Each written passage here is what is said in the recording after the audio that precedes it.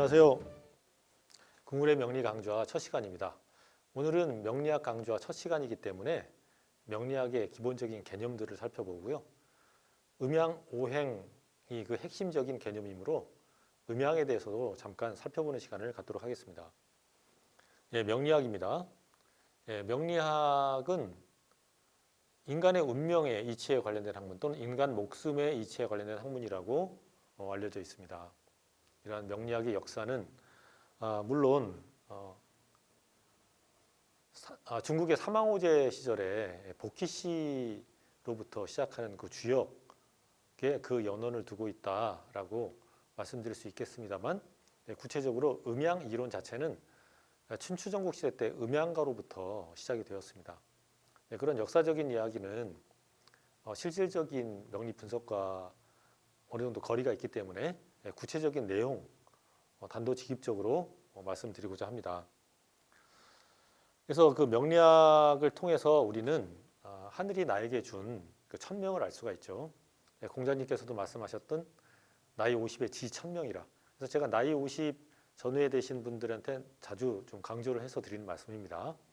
천명을 알므로 해서 우리는 앞으로 남아있는 우리의 삶을 훨씬 더 현명하고 아름답게 가꾸어 갈 수가 있습니다. 그 중에서도 그렇다면 천명이라는 것이 어떤 것인가를 아주 간략하게 살펴보겠습니다. 중용의 첫 대목인데요. 천명지 위성이요 솔성지 위돈이라.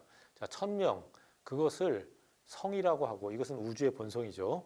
이러한 우주의 본성을 따르는 것, 그것을 도라고 하느니라. 결국은 천명을 따르는 것이 도다라고 하는 결론입니다. 도라고 하는 것은 우리가 가야 할 길이죠. 천명을 따라야 갈 수밖에 없습니다. 우리는 대우주 속의 소우주에 불과하기 때문에 필연적으로 따라갈 수밖에 없지만, 그러한 많은 따라가는 그 갈래의 길들이 있거든요. 그러한 갈래의 길들 중에서 우리는 어떤 선택을 할 수가 있습니다. 그것이 인간과 동물의 다른 점이죠. 인간은 자기 보기 또는 자기 성찰이 가능한 존재이기 때문에 운명학이라고 하는, 즉 명리학이라고 하는 학문적인 성찰을 통해서 앞으로 펼쳐질 미래를 보다 더 생산적이고 진보적이고 발전적이고 또는 자기 성장에 알맞게 선택해가는 과정이 되겠습니다. 공자님 또 말씀하세요. 논어에 조문도 석사가 아니라 아침에 도를 들으면 저녁에 죽어도 좋으니라. 그런 도가 있을까요? 수천 년간 사실 인간들이 수많은 진리들을 이야기를 했습니다만, 저희가 지금까지 성장해 오면서 받았던 공교육을 통해서는 충분히 그것을 담아내지는 못하고 있습니다. 하지만 이 시간을 통해서 인간들이 그동안 연구해왔고 또는 일부 사람들이 알고 있는 비밀들, 이런 것들을 조금씩 들춰냄으로써 우리 뉴턴이 얘기를 했듯이 수많은 그 바닷가의 모래사장의 수많은 그 모래알과 같은 그러한 극히 작은 진리지만 그러한 진리의 발견을 통해서 우리는 훨씬 더 인식의 발전을 일으킬 수가 있고요. 삶을 좀 더 풍요롭게 가꿀 수가 있다고 생각을 합니다. 일단 명리학의 기초인데요. 팔자입니다. 사주팔자 다 들어보셨죠? 사주라고 하는 것은 연월일시주를 사주라고 하고요. 팔자는 그 연월일시주가 8글자로 이루어져 있죠. 그래서 그것을 팔자라고 하는 겁니다. 아이고 내 팔자야 라고 할 때 그 팔자입니다. 그럼 그 팔자는 과연, 이 명리학은 과연 어떤 신비한 학문일까? 어떤 분들은 이것을 신비한 학문이라고 생각하는 분들이 계세요. 수많은 저서들이 있습니다. 자강 이석영 선생의 사주첩경을 봐도 신비하다. 또 수많은 명리학 고전들을 봐도 이 신비성에 대해서 얘기를 하고 있는데, 저는 좀 생각이 틀립니다. 저는 기본적으로 과학도의 입장에서 출발합니다. 그래서 인간이 인식할 수 있는, 충분히 진리로 정립할 수 있는 확고한 탄탄한 기초를 통해서 우리가 앞으로 이론적 발전도 가능하리라고 생각을 합니다. 자, 그렇다면 팔자. 지금까지 수많은 분들이요, 나는 누구인가 라고 했을 때 8가지 글자가 있죠. 이를테면 제가 넘버링을 했을 때요, 연주를 1, 2번, 월주를 3, 4번, 일주를 5, 6번, C주를 7, 8번이라고 규정을 했을 때 5번, 즉 일간을 나라고 하지 않습니까?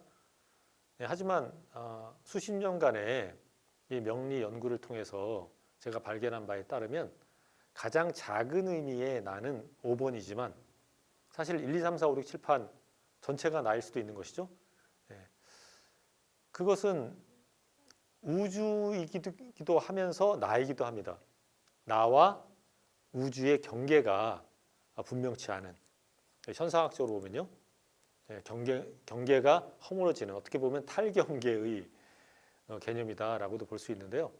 그러한 팔자라고 하는 것은 내가, 어떻게 보면 가장 작은 내가 우주와 소통하는 방식, 우주를 대하는 방식입니다.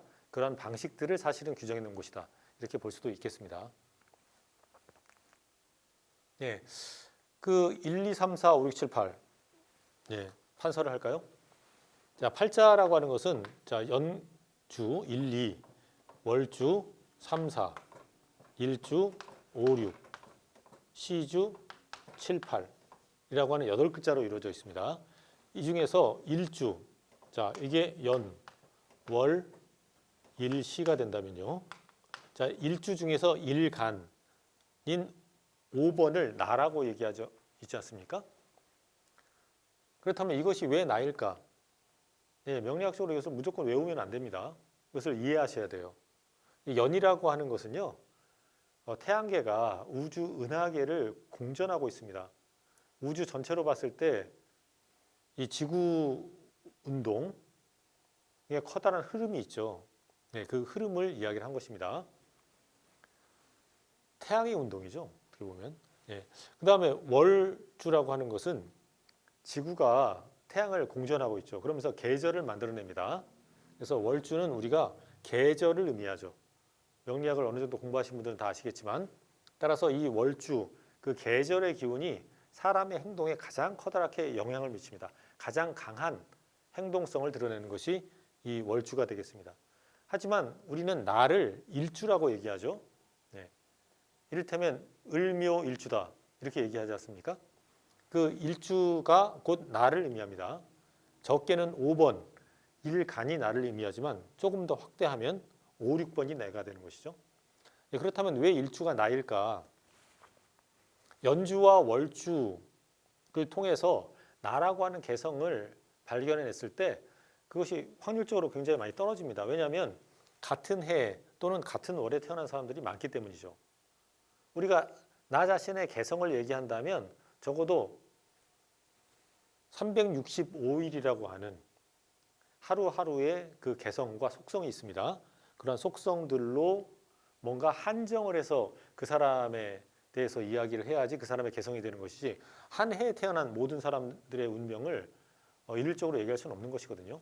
따라서 물론 띠를 중심으로 한 당사주, 당나라 때 이허중이 만든 사주입니다. 그래서 당사주라고 하는 것이죠. 송나라 때 하지만 서자평에 의해서 일간 중심의, 일주 중심의 명리학이 탄생을 했고요. 약 1000년 전입니다. 그 이후로 지금 모든 명리학들이 일주 중심의 명리학으로 사유되어지고 적용되어지고 있습니다. 네, 그래서 5번이 왜 나인가? 어떠한 개성을 드러내기 위함입니다. 6번이 왜 배우자인가? 네, 그런 것도 사실 아셔야 되죠. 6번도 나의 일부입니다. 그죠? 네, 배우자도 일심동체인 나의 일부입니다. 그 다음에 시가 있죠. 네, 시는 이제 말년운 또는 자식운을 의미한다고 알려져 있죠. 네, 그래서 그 중에서도 특히 이 천간이라고 하는 것은 천간입니다. 하늘입니다. 네, 그 다음에 지지, 땅이죠. 하늘과 땅으로 이루어져 있는데 우리가 하늘은 항상 이념입니다. 이상이고 생각이죠. 지지라고 하는 것은 또 전부 동물로 이루어져 있지 않습니까? 네, 현실입니다. 네, 그래서 천간과 지지의 차이점, 이런 것들도 기본적으로 초급 과정을 거친 분들은 다 아시리라고 생각을 합니다. 그래서 이 천간이라고 하는 것은 생각과 이념을 의미하고요. 그것은 하늘의 운동을 의미하는 것입니다.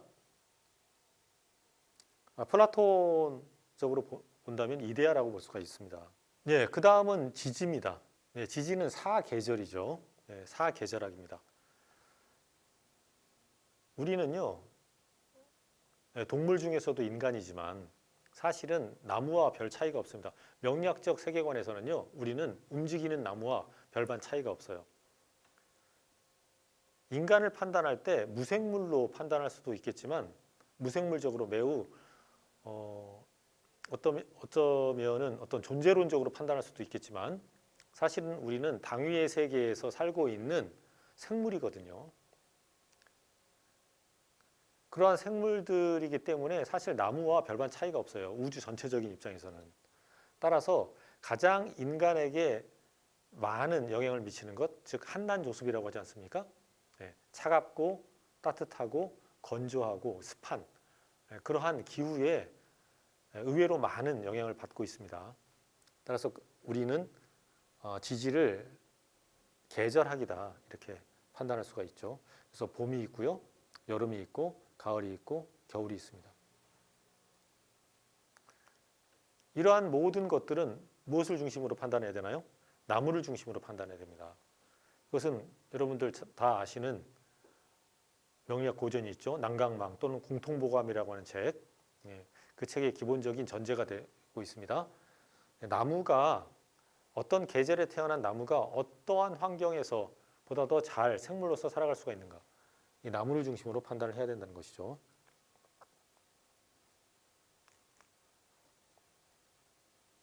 그래서 지금까지는 제가 그 명리학의 가장 기본적인 것들 왜 일주가 내가 돼야 되는 것이고 또 천간과 지지의 의미에 대해서 간단하게 살펴봤습니다.